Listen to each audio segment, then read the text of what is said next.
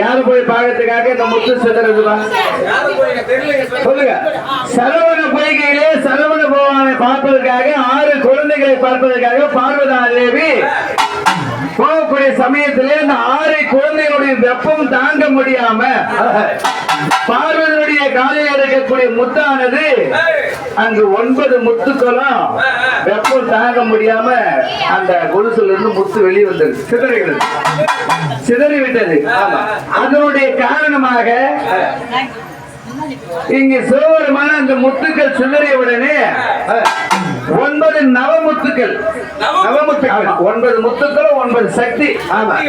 இப்படி இருக்க சிவபெருமான அந்த முத்துக்களை பார்க்கிறாரு. பார்வதி போல ஒரு முத்தம் பார்வதி அம்மனுடைய காலில் இருந்து வெளிப்பட்ட முத்துக்கள் அனைத்தும் பார்வதி அம்மையா போல இருக்கிறது. பார்வதி அம்மை போல தோற்றம் அளிக்கிறது. சிவபெருமான் உற்று நோக்கி பார்க்கின்றார். சிவபெருமான் சிரிக்கின்றார். அந்த 9 முத்துக்களும்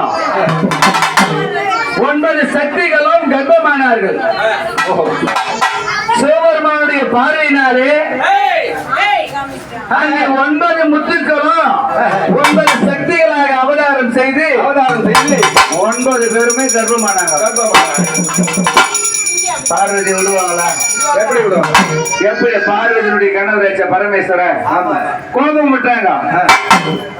சக்திகளே, நவசக்திகளே, உங்களுடைய கர்ப்பமானது பிறக்கவே கூடாது.